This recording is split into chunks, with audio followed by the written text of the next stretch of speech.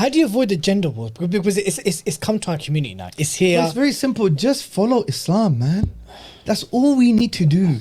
Speak about what Allah and His Messenger have said. And if people don't like it, then that's their problem. It's as simple as that. And I'm a true believer.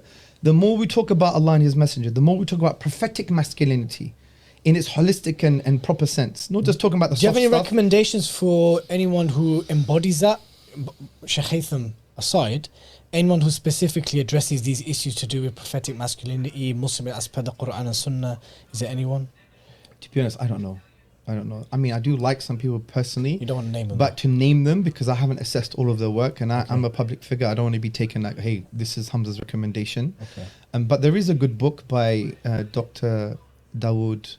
Ibrahim. No, Walid, I think. Oh, Dawood Walid, yeah, of course. He's got a book called Futuwa. Yeah, That's a really good book. Talks about courage, talks about, service. He's a gem. He's a gem. So it's a really good book. Start. I haven't read the whole thing though, but from what I've seen, it's fantastic.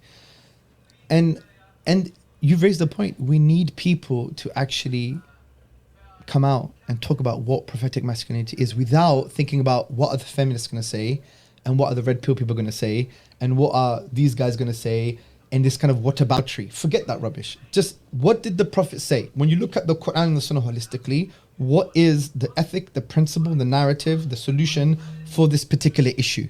Speak about that.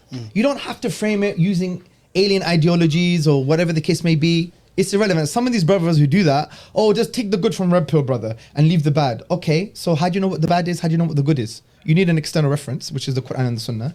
And why don't you be a bit more consistent in your methodology? You don't do that with organizations.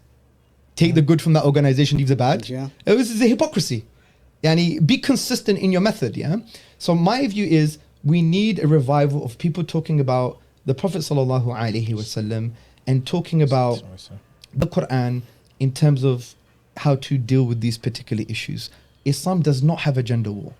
It doesn't exist in our tradition. We don't have gender arrogance. Yeah, I mean, yes, the believing men and the believing women are allies of one another. Absolutely. So yes, we're not going to adopt neoliberal words like misogyny. No, because Islam doesn't have misogyny at all. It's not an injustice towards women because they're women. Maybe we can use the words, yes, we are patriarchal, but not in an un-Islamic sense. What about toxic masculinity? Like patriarchy, for example, if you define it as the social system where the father or the eldest son has authority. Exactly. That's perfectly fine. Yeah. And we say these are necessary moral hierarchies that have served humanity well, served Islam well. What about toxic masculinity? Is there any aspects of masculinity that you deem as toxic that can be deemed as toxic? No, but that's characteristics that are unhelpful and are harmful. No, but this is the problem. When we say masculinity in Islam, we're talking about prophetic and Quranic masculinity.